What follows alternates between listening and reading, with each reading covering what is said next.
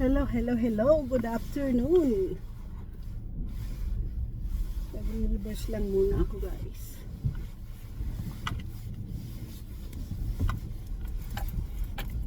Ako. Sobrang nalisig ko na muna ang aking bonnet. Kasi mainit na. -3. Malamig pa rin siya, guys, kaya lang nandito na ako sa loob ng sasakyan, kaya medyo warm na siya, kaya binubuksan ko ng aking jacket. So how's everyone? Tapingit ng aking camera. So how's everyone, guys? Kumusta kayo? Please comment below kung saan kayo, which country you're watching from, so that I could thank you and could subscribe to your channels. So, and also please don't forget to subscribe my channel and press the bell button there so that you're gonna be notified when I had a new video. I have to wear my sunglasses because the sun is really killing my eyes.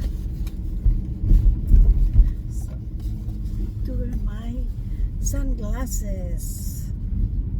Yeah, there.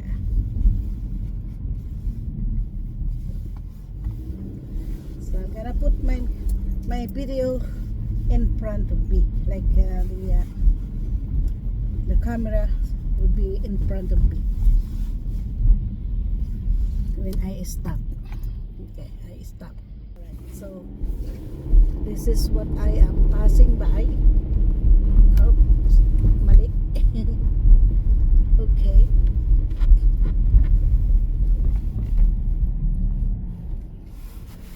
Why is this car turning in the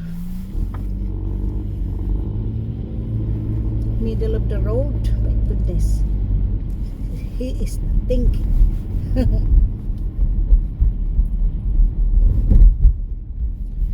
So itong dinadaanan ko tong building na to, guys, is part ng University of Montreal. So yan. Ito ay tinatawag nilang Marie Victorine Pavilion.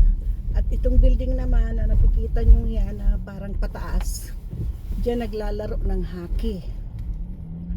Oh my.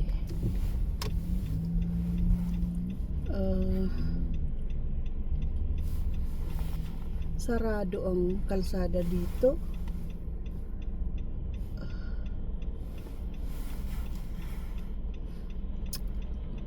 Oh yun. Bakit kasi itong taxi dadaan sa kabila na sarado yung may mga orange cone siya.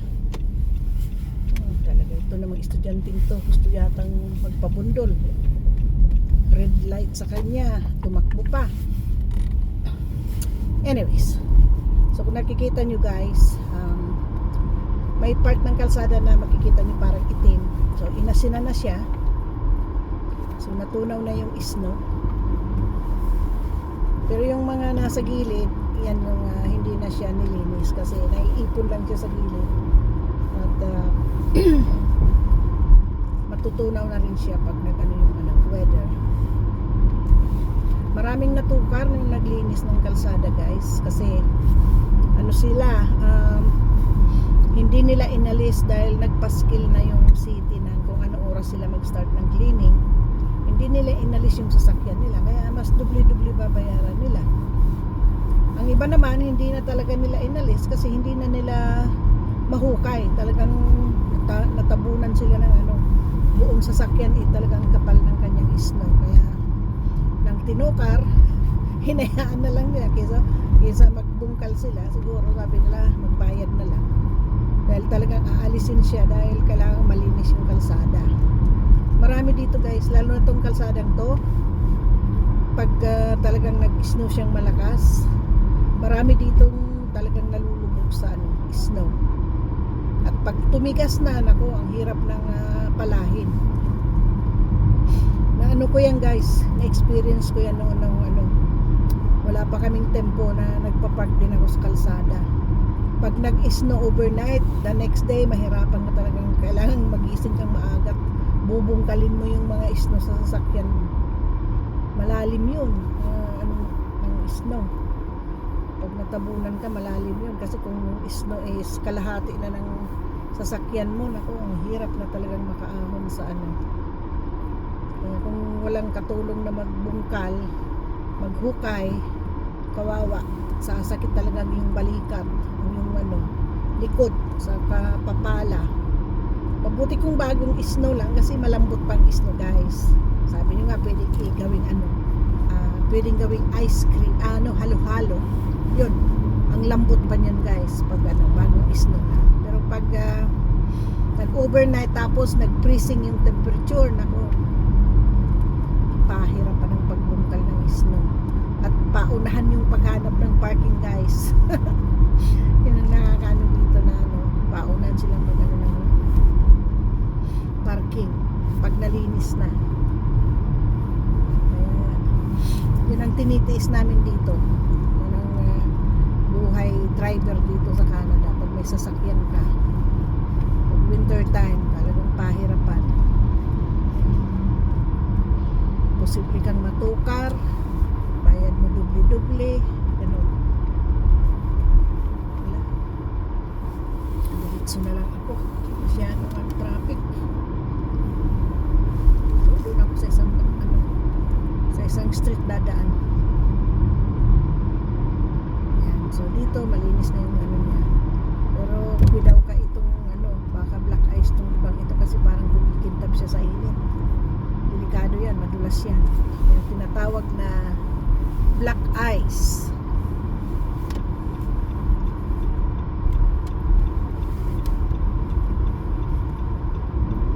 So ito ang coordinates na pinatawag, guys. Ito ang street na kumbaga parang sa atin Divisoria o Baclaran na tinatawag. Oops, saan ba yung pulis darat? Lumiko kasi alam niyang traffic dito. Okay. Itong bus namin dito, guys, dalawang dugtong siya, nagtipid na ng driver.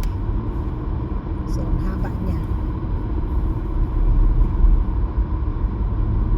Imbes dalawang driver, isa na lang kasi dinugtong na yung sasakyan, yung bus. Ganito na rin dito, guys, nagtitipid na rin sila ng mga drivers. Imbes dalawang i-hire, isa na lang. Ayan, haba-haba niya yan, pinagdugtong na yung dalawang bus. So balik tayo, ito nga street na to, guys, itong maraming Pilipino dito. Ito ang Divisoria pala, tawag ng Divisoria. Kasi karamihan dito, makita mo mga Pilipino. Maraming mga Pilipinong nagtatrabaho, nagtatambay, naglalakad dito. So, yan lang, guys. Nadaan sa kwento kasi malapit na ako sa pupuntahan. So, see you in my next video. Thanks for watching. Yan ang buhay Canada pag winter.